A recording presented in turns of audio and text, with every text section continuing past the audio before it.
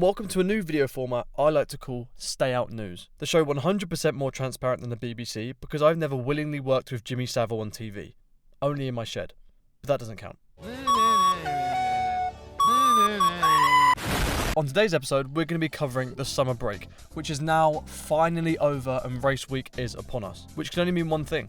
Ollie Behrman and Kimi Antonelli are going back to school. But not only are the 12-year-olds going back to school, this year the school for rich little assholes has opened a special needs class. And guess who the teacher is? So here's a little insight into what to expect from the special needs class this year. Lesson 1. Never take responsibility for your actions, even if you're definitely wrong. Idiots just slammed on the brake, check wing damage. Lesson 2. Always make sure your dad pays for everything. Lesson 3. Date models because you have money but no personality. What could go wrong? Well, over the summer break, paparazzi snapped this photo showing Lance Stroll with this fit model, Yael Shelbier. Nothing controversial, right? Wrong. She was once a member of the Israel Defense Forces, the IDF. And if you're not aware, that's bad news. Because even if you're this fit, it's definitely still illegal for your country to commit war crimes. So now if you go to Lance Stroll's Instagram, under the video of him on the boat that Daddy paid for, half of the comments are about freeing Palestine. An Israeli news article even called it Lance Stroll's Zionist Storm. So not only is he a slow driver on a professional DNF machine, according to these articles and F1 Twitter fans, he's also a Zionist. Nice. Stay tuned over the winter break for coverage of Daddy's money committing crimes on the front lines in Gaza, along with his model girlfriend. That actually rhymes, that could be a game show. Anyways, enough about Daddy's money, on to our other stories. What did some of the other drivers get up to during the summer break? Charles Leclerc! Audition for Love Island with this picture of him in a pool on a pink flamingo. How cute. Except it wasn't cute, it was actually an advert for a 0% alcohol-free Peroni. Ironic, because as a Ferrari driver he probably needs something closer to 90% just to cure his Ferrari-induced depression. But it wasn't just Charles Leclerc enjoying his hot girl summer. Max Verstappen, full-time sim racer and part-time Formula 1 driver, went e-foiling. If you don't know what that is, it's a rich man's version of surfing that requires much less skill. He also took his kid with him. You remember, the one that was suspiciously born around the same time that the Pope of England died, so Max Verstappen's kid is definitely the Pope reincarnated.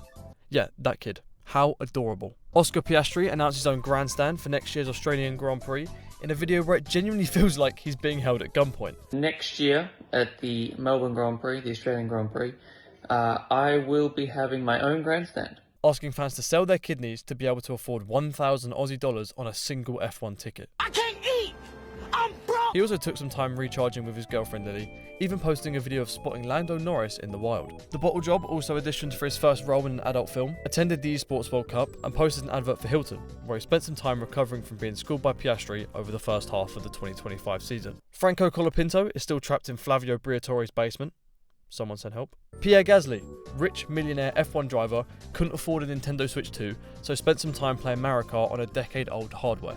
Alex Albon posted this picture looking like he's been pegged by his girlfriend in the Dolomites, with the caption, "The Dolomites make me rock hard." Standing up for LGBT PS5 HDMI icons, yes, Alex! Shout out to the LGBTQ PS5 HDMI, bruv. Lewis Hamilton, besides posting thirst traps for 18-year-olds on Twitter, also spent a lot of time meditating, presumably to survive another 6 months of Ferrari-induced trauma while aiming for an above P7 finish at Zandvoort. Speaking of Hamilton's poor performance, Johnny Herbert decided to chime in, and the media took that news, ran with it, and then committed what I can only describe as Twitter 9/11. Johnny Herbert believes Lewis Hamilton of Ferrari could reach an agreement to part ways at the end of the season, with Carlos Sainz as the replacement. You are fake news. Tons of Twitter accounts reported this, like Johnny Herbert is the second coming of Christ, despite the fact that he was fired as an F1 steward for spreading his nonsense to the media. Classic. Esteban Ocon posted this picture doing cardio with his legs looking like SpongeBob, and also this picture looking hella zesty on a beach, and also this picture looking hella zesty on a boat. Who knew Esteban Ocon was a sailor?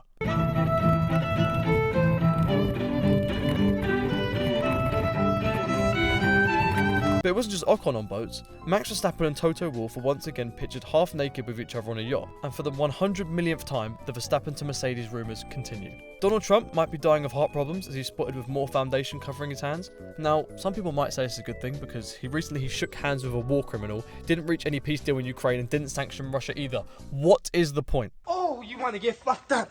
You want to get Rocket-powered Mohawk may potentially still be on the run from HMRC and hasn't posted a video in 4 months. My parents still don't love me and say that making F1 videos for 1,000 subscribers will never amount to anything. But my relationship with my parents wasn't the only thing exploding into pieces over the summer break, so was the Formula 1 driver market. In a shocking twist that nobody saw coming, Sergio Perez and Valtteri Bottas are highly likely to return to F1 next year, driving for Cadillac. Okay, pause. As I'm editing this, it's now official and both Perez and Bottas are confirmed for Cadillac. They released a video featuring Keanu Reeves. We've been expecting you. Getting caught. And based off of that alone, I know who my favourite team is going to be in 2026. However, the brain-dead morons on Twitter have already made this Twitter account and they're branding Cadillac as woke nonsense. And don't laugh. But the picture they're using to prove their point is this image of Sergio Perez getting vaccinated and this image of Valtteri Bottas wearing a Ride Transgender Pride sweatband. Yes, that is a real sentence. This wristband is for wearing at events to raise awareness for the LGBT. TQ PS5 HDMI, bruv. Some call it woke nonsense. I call it standing up for Alex Albon getting pegged by his girlfriend. But it gets even funnier, because I decided to plunge down into the depths of hell in this page and found this edit. I have had to put non-copyright music over it because it does use Taylor Swift, so use your imagination. Try not to laugh.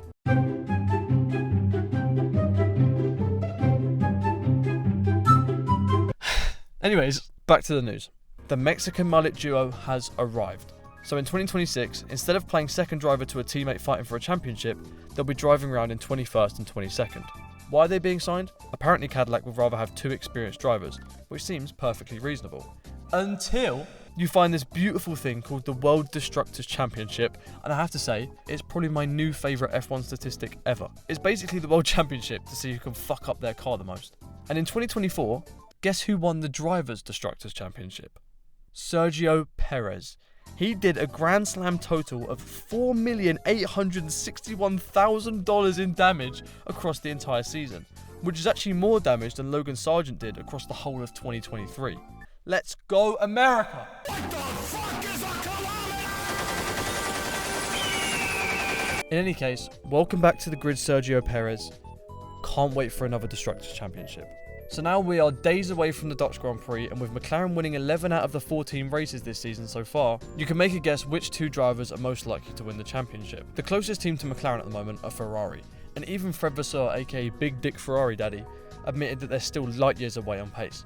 But as we know, rain can always spice up things on a race weekend. So let's take it over to the weatherman for an update on the Dutch Grand Prix weather. Yeah, it might rain to be fair. Thanks, weatherman. So congratulations McLaren on winning the F1 Constructors until the end of time. Lance Stroll for securing a fit model even if she is a demon spawn. Leclerc for making it into Love Island. Albon for finally speaking out about his sexual orientation. And Johnny Herbert for somehow staying relevant. See you next week for my review of the Dutch Grand Prix.